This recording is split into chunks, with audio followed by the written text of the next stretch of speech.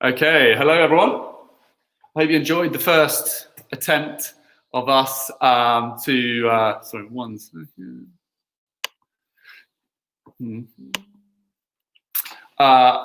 attempt at sort of broadcasting, if you like. Myself and Catherine likes to hide behind the camera. We are not pros, in case you hadn't guessed from the first video. So we're doing our best, but we've had lots of good questions. We've got Islay here in the warehouse to answer some of those questions. Hello, Islay. James, how are you doing? I'm fine. I'm sorry about calling you a girl.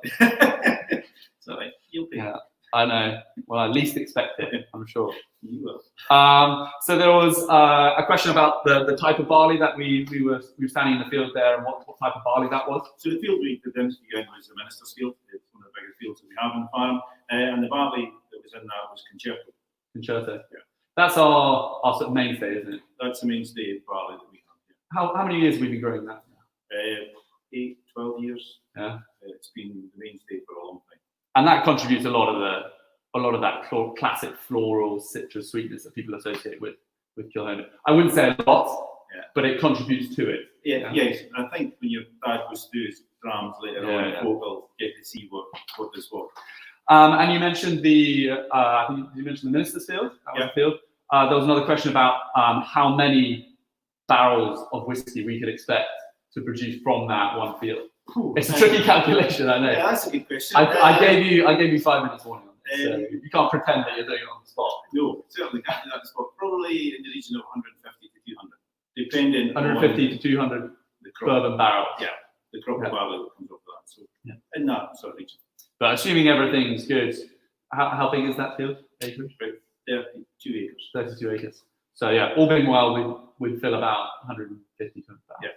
Yeah. It's a lot of whiskey, isn't it, actually? When you think about, I guess it's a lot of whiskey, but then one of these styles is holding 45 barrels approximately. So, 1, 2, 3, and that's that field. Yes. I don't know whether that's a lot or not very much. Well, it's 33 acres, which will be about 15 hectares. So it's about 15,000 square meters. Yeah. For the field. So it's a chunk of ground as well. And there was another question about, have we ever tried beer barley? No. But beer barley is like I don't really actually know. I understand that there's varieties. The different varieties we grow are within one category of barley. Is that right? Yeah, it's two-row barley we use for this stage.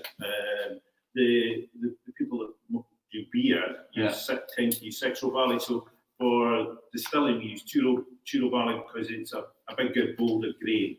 Okay. And it's got more of the components that we're looking for. So it's got more of the starches and stuff that we can convert to sugars to produce the alcohol. So that's why we use 2-grain barley. Okay. But we want a big, bold grain. And we haven't grown beer barley at Kilhona. I've worked with beer barley before. It's a very, very old. It's a very old barley, and it's got a very small head on it.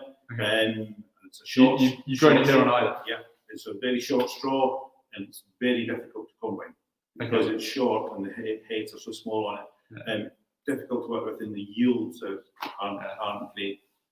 Stick with Concerto. Yeah, I think so. Some might call you an armchair farmer. Yeah.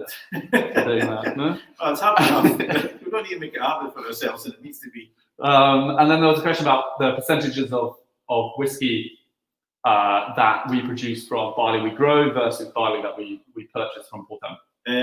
Well, there's 2 bits to that question. So the amount of production that we do, which is probably one side of it. So roughly we're with our own barley that we grow, that accounts for about 20% of our production, with the barley we buy in from the maltings and Portham accounting for the other 80%. On the sales side, probably about 8 to 10% of sales are directly related to the barley that we grow in Kilhona, because that only goes into 100% Islay range.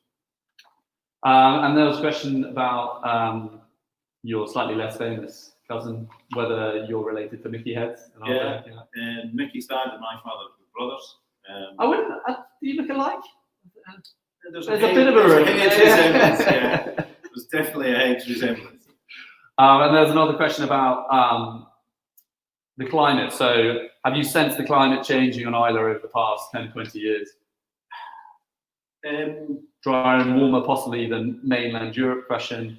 Certainly not dry and warmer. I mean, we have a fairly wet, damp climate anyway because we're in the Gulf Stream and we're sitting right out on the west coast. So the old folk used to say that they used to have better summers and harder winters. Certainly not in my lifetime have I noticed much of a change. Yeah. I guess with the sort of the sea is a bit of an equalizer, maybe. Yeah. You know, the fact you know that the Gulf Stream, all that sort of stuff. And our weather, a lot of our weather's driven to us by the Gulf Stream. Yeah. So I don't know. I you know, I would like to say that it's changed or not changed. Yeah. It's difficult. And then there was a question about is yield the main criteria for good barley? No. Yeah. Yield is a criteria without a shadow of a doubt, but yield's not the main criteria. What we want to be able to do is get a crop off the ground. So if we just went purely on a yield number, we might not be able to combine it, the grain might not stay in the barley head, the straw might bend over and fall in the wind and the rain. So we're looking for a combination of good straw, a good head, a good yield in barley, but it's very important that we get it off. And also your dad wants to be able to work with the barley that produces slight floral sweet spirit that we can put into barrels. So it's a bit of a combination of everything, but it's certainly not just on yield. So you're listening to him, my father, but not not all the but to listen to. Maybe get some earmuffs. And then there was a question: do you have different types of barley on Islay, or are you using the one type there and other ones on the mainland? So, you know, are there different types of barley being used on Islay, and do they differ from the mainland? Yeah, I mean, within Islay, there's a lot. There's about probably 18-20 barley growers on Islay, roughly. And they are using different varieties, and even from farm to farm, what suits one place won't suit another place. There'll be some of the boys that are grown in heavy soils. We've grown in light soils. We find Concerto suits us. Others are maybe using Publican or different varieties because they find it suited their farm and their circumstances a wee bit more. Are there many others on Islay? Because the sort of test variety that we're growing this year is Diablo. Yeah. Are there many other Islay farmers growing Diablo? Yeah, there was a couple of the boys that grown Puckle. Translate. Two or three of the boys that are growing Diablo, because again, everybody's looking for this replacement for Concerto. Because for a lot of people, Concerto for us is where we seem to be. Because Laureate, I don't want to get too bogged down in barley varieties, but I remember tasting some Laureate that we grew, and as a spirit, and it was very, very malty, completely different from Concerto. Yeah.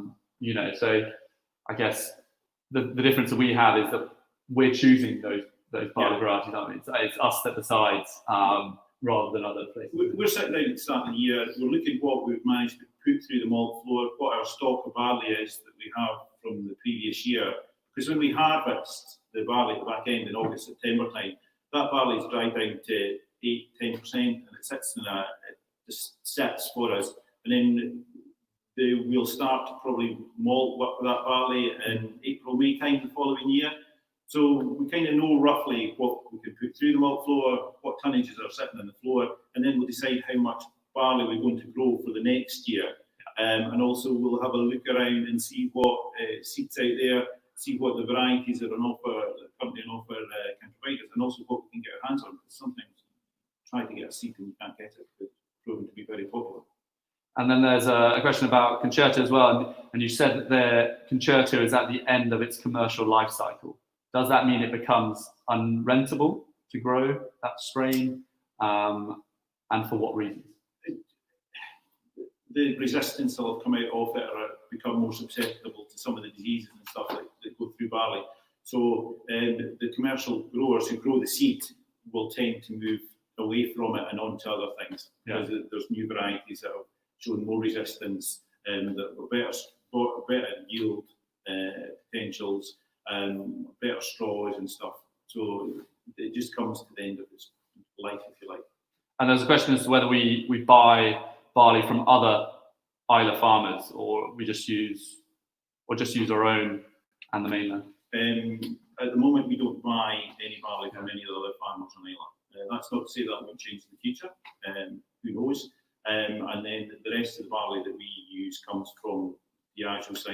in Portella. And as far as I'm aware, they source all the barley from within the UK. Yeah. So it's all UK. Good. Any other questions? No, I think we've covered everything. Good. Well, so thank you very much, Isla.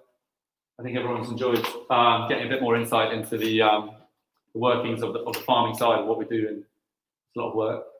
I'm sure We're a very good team, and we're very lucky with some of the contractors we use who contribute a great deal to what we do. Yeah. They're unsung heroes that sit in the background and just work away for us. Yeah. Well, I remember I was just last night even, I turned up and suddenly there were tractors everywhere. I think they're sort of like first thing in the morning, late in the afternoon. Maybe I'd offer a nap in the middle of the day. Yeah? Just waiting for calm weather because we were reseeding the field. So we're trying to catch the weather where there was no wind and get the seed broadcasting in the ground. There's one last minute question coming on Instagram. Will the flavour profile change when switching to a different barley? But I think that'll be covered by your dad. We'll cover. My father's doing a live tasting later at 7 o'clock, where we look at 2 different barley varieties in detail, and we taste the spirits, compare them. So we'll be answering that hopefully in 7 o'clock. Is it? I think it's 7 o'clock. Yeah. Anyway, thank you very much, Isla. Next stop is the malt floor. We're heading there, and we'll be chatting with Derek at 1 o'clock. So we hope you join us then.